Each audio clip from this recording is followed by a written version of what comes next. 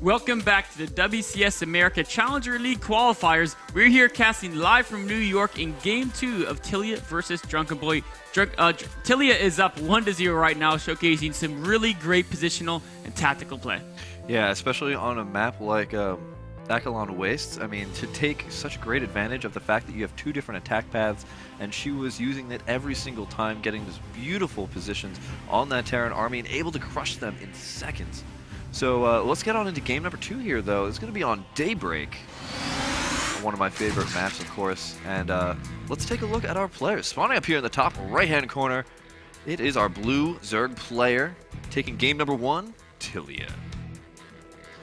Down here in the bottom left-hand corner, from Team FXO Esports, it is our red Terran player, Drunkenboi. I feel like Daybreak's going to be a map that's going to really favor Tilea. Yeah, she showed that she really understood mid-game and late-game engagements and unit compositions and transitions very, very, very well. And Daybreak is a little bit harder to end the game early due to the distance it takes across the map.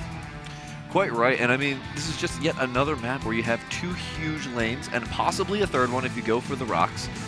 And just getting those great positions on your opponent is exactly key on a map like Daybreak, and that is exactly what Tilea was using in game number 1.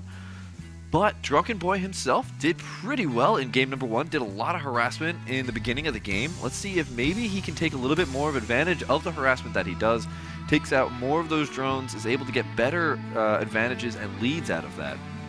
You know, I was thinking about the build Tilea did last game, and I think, you know, that was like the 4 roach rush off of 3 hatches.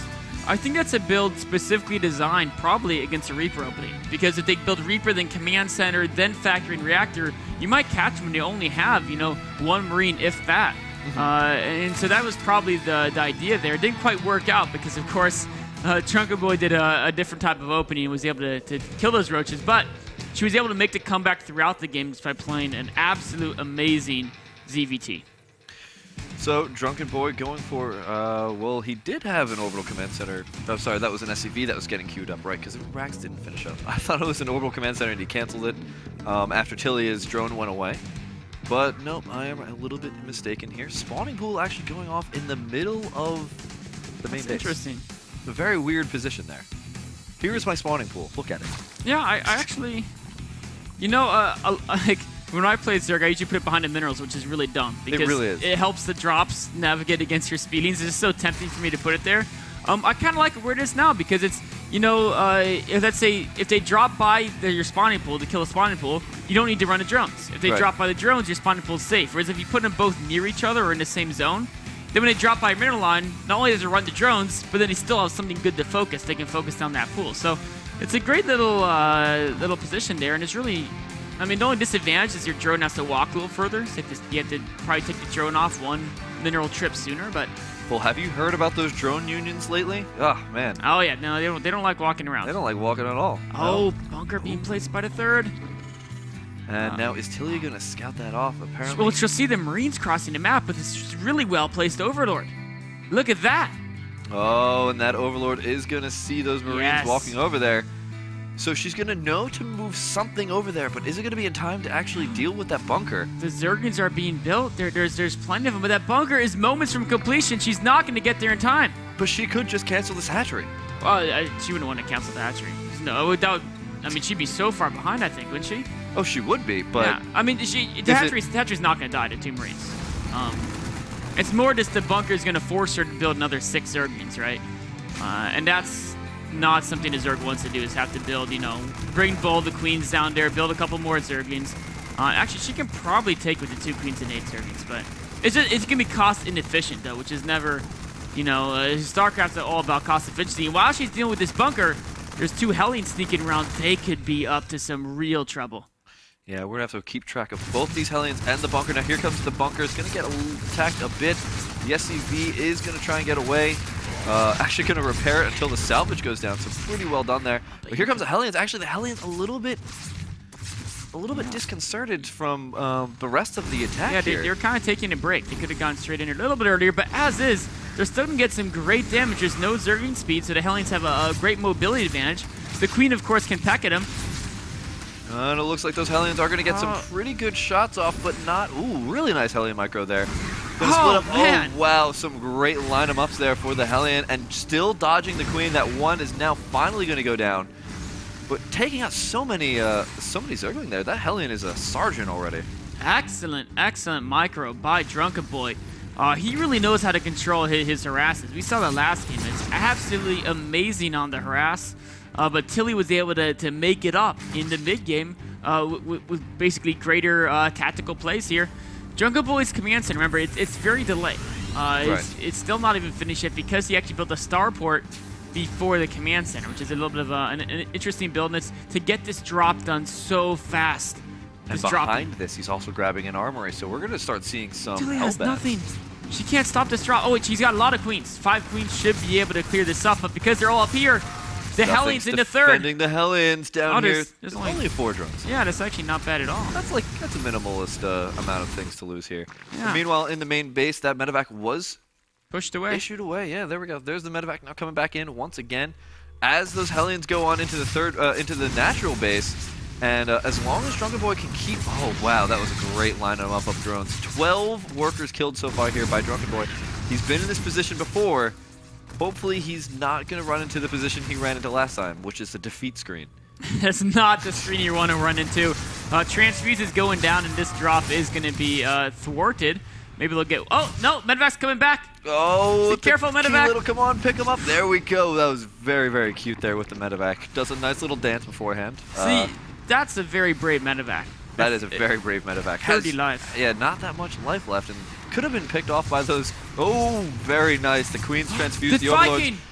Quote, he likes to play it close. He's... Everything's in the red here. Man, Drunkenboi really makes his units work for him. There's no... Oh, he's going into the Hellbat drops. Oh, he did grab that armory before, and I was wondering if he was going to go into Hellbat drops, but it looks like, yeah, that's exactly what he's doing. Hellbat drop in the main, and the Hellions are looking around for another angle to poke in at. Tilea is really just trying to stabilize her defense because this harass is so relentless. And here comes 4 Hellions now into the third base, going to try and avoid that Spine Crawler, and avoid it they will. There's just nothing here except for that Spine Crawler and a couple of Queens, but there's so many Queens here.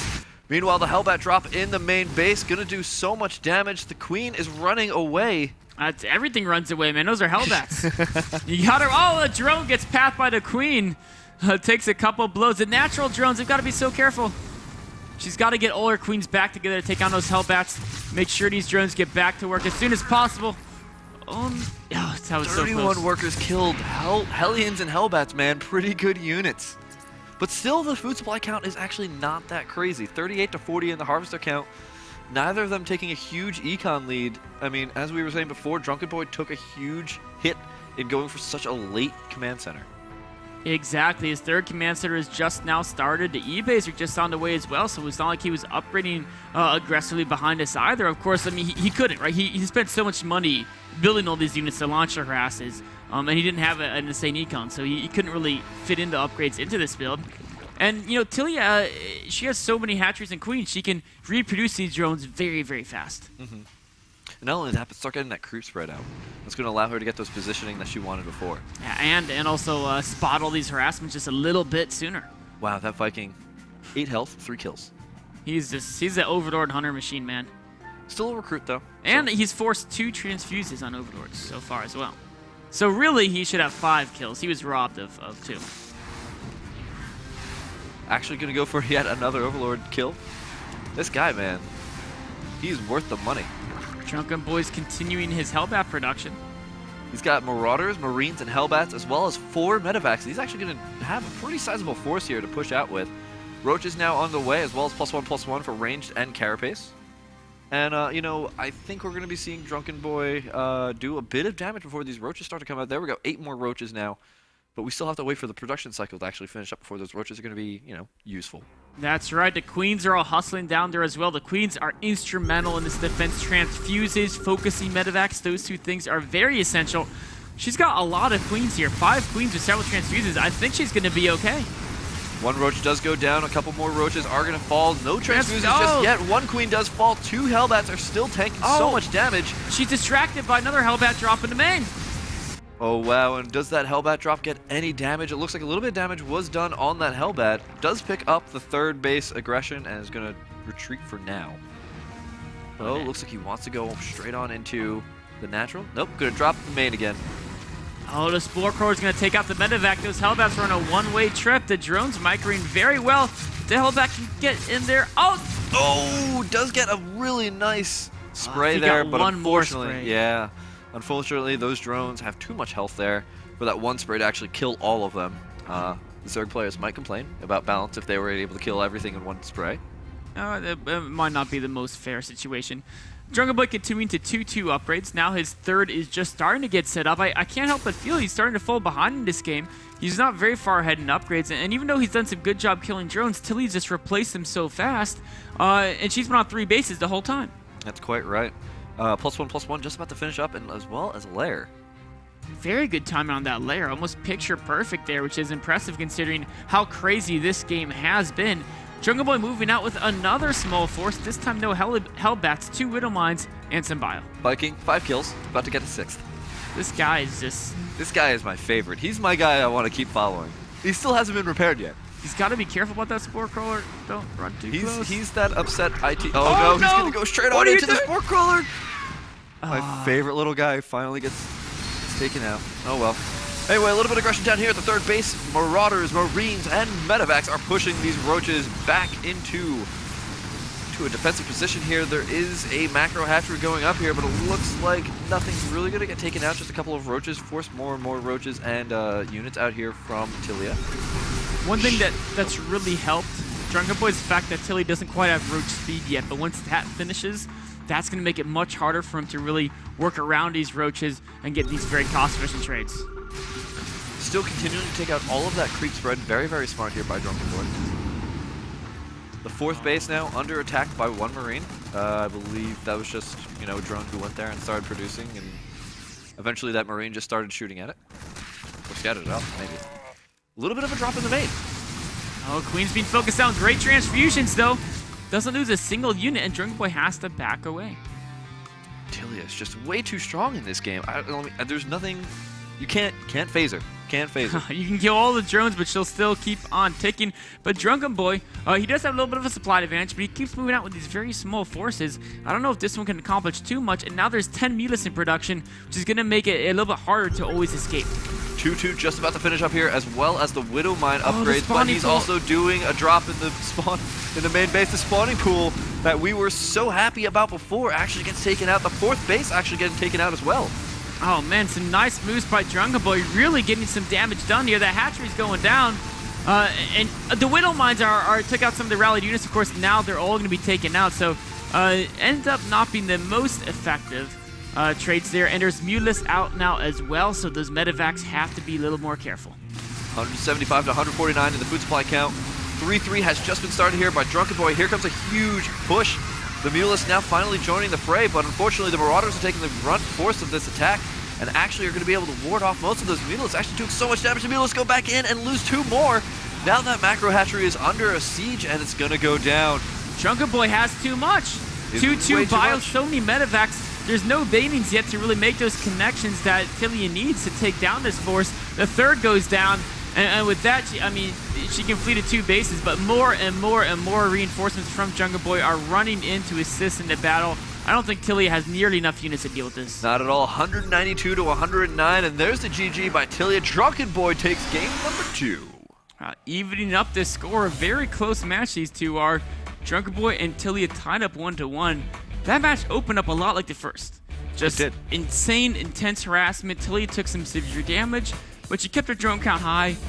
But her transition to those speed banelings just wasn't quite fast enough, and she couldn't deal with that massive bioforce. You know what I really liked about that type of an opening is that he went into the Hellbats, and with the Hellbats he was able to keep those Hellbats relevant. He was able to use Medevacs on them, use them in his army and everything.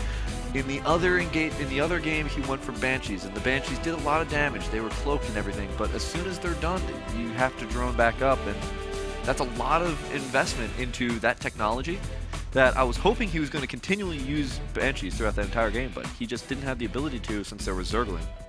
Banshees versus Zergling. Sure, they kill Zergling in one hit, but when there's too many, it's just not really that worth it. didn't work out too well for him in that first game. In the second game, he struck back, tying it up 1-1. We'll be right back with game number 3 after a short break.